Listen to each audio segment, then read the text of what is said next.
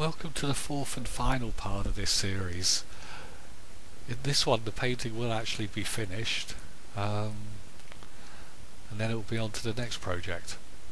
But anyway, this one, to keep it into the allotted 10 minutes, I sped it up so it's twice as fast.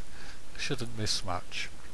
At the moment I'm just putting on a cyan blue glaze. The trick here is to be mindful while you're doing it, not just cover everything. Makes a big difference. Right here you can see it does make a difference, but it is very transparent and whatever's underneath does show through. One of the decisions of painting.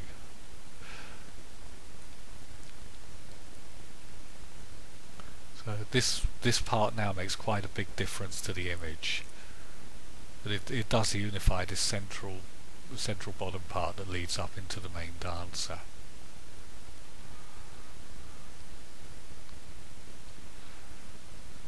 So it's just tying the picture together. Obviously it goes without saying that if you're putting a glaze on, the layer underneath must be completely dry, but luckily with acrylics that does not take long. So I'm using a mixture of a gloss medium and water with this.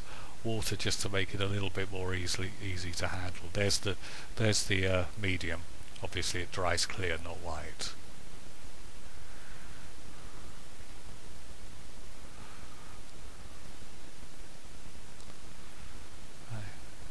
Just strengthening this bit at the top left now.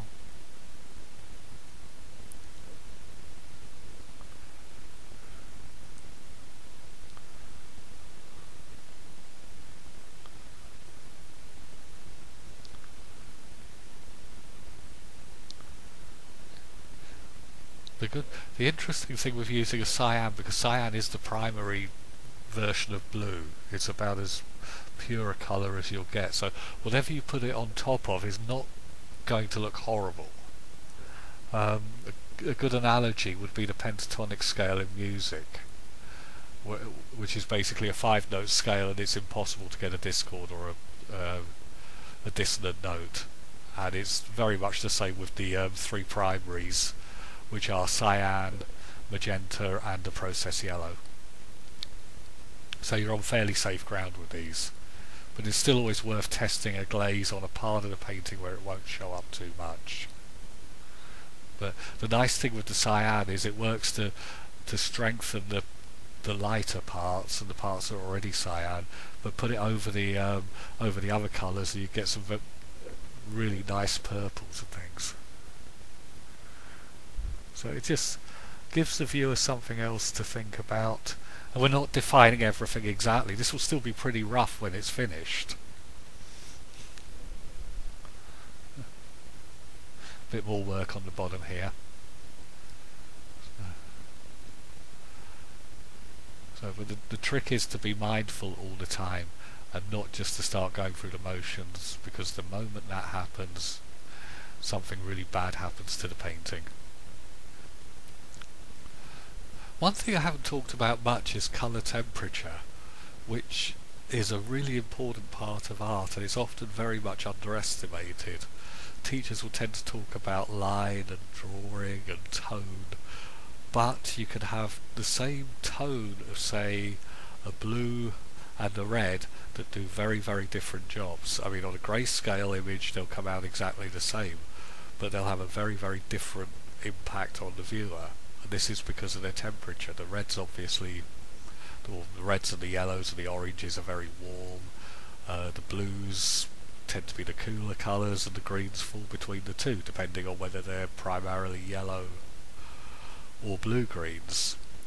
So, and the type of art I like makes a great use of temperature. In this piece you can see that there's almost a reddish band that runs across the middle. This is no accident, and the blues sort of contrast against this, and this gives the painting its feel as much as the line and the composition.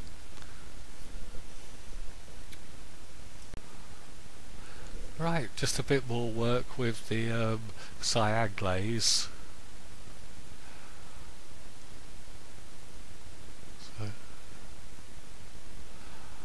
Yep. It's nearly there now. The main structure's in place. If it's not going to work now, it never will. So it's just again back to this building it up layer upon layer.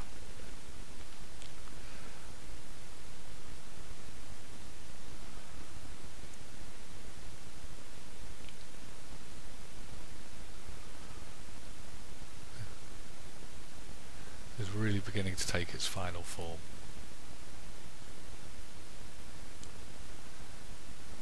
Again, you can't really describe what the process where I paint one part and don't paint the other. It's just on instinct as much as anything at this stage.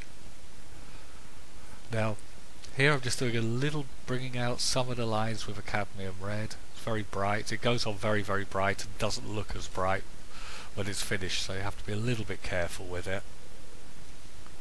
But as you can see, one thing with my particular style is there's not always a great separation between the painting and the drawing. When most people learn to paint, they're taught very much that you draw first and then you block in colour to paint. But I think the process should just be continuous. There's nothing wrong with putting some lines down, putting some colour down, putting some more lines down, putting some new shapes in. It's a much more organic way of working.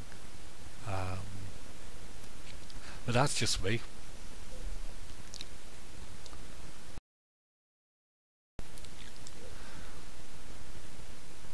Right. Yeah, it's hard to see what I'm doing when I'm working on that side of the canvas. Again, that's just bringing out the three arms that do meet, which I've decided not to cut, not to hide.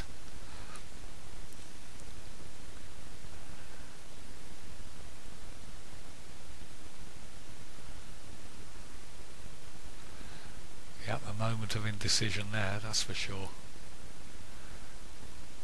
So yeah, just to break up this area of blue a little bit. There you see I actually take the line through the dancer's arm. You don't have to stop where they meet. So, again, a bit more thought. Just bringing out his sneaker a little bit. Just emphasising the line into the painting from the bottom. Now, yep, the painting just seemed to need that line, so it got it. So, this is quite a nice stage of the painting because you know by this stage you've got something, and whether it's going to be one of the best ones you've done or not, you don't know. That actually takes days or weeks to find out. I mean, I know this is after the fact now. I've finished this painting and I'm still looking at it, and sometimes I like it and sometimes I don't. Within the next week I'll probably know, but sometimes paintings can sit around for weeks or months and still get worked on and off. Sometimes a painting's done in 2 hours and that's it, it's never looked at again. There's no hard or fast rule. The one thing it's not is a conveyor belt where you just produce one finished, wrap it, ship it out onto the next one. Right. Just initialing it here. I initial my canvases, sign them on the back, and I did actually do a bit more work on this after I'd initialed it, so you can see the faces have changed, and I've really gone to emphasise the temperature difference. I wanted this sort of vitality to it. It's a sort of happy, cheerful painting, and I'm quite pleased with it, I must admit. So if you've stuck with it this far, thank you, and hopefully I'll be posting a few more YouTubes sometime in the next few weeks when I get on to doing the larger version of this, which will be fun. That's sort of 6 foot wide by 3 foot. So until then, thanks for watching and tell your friends. Bye.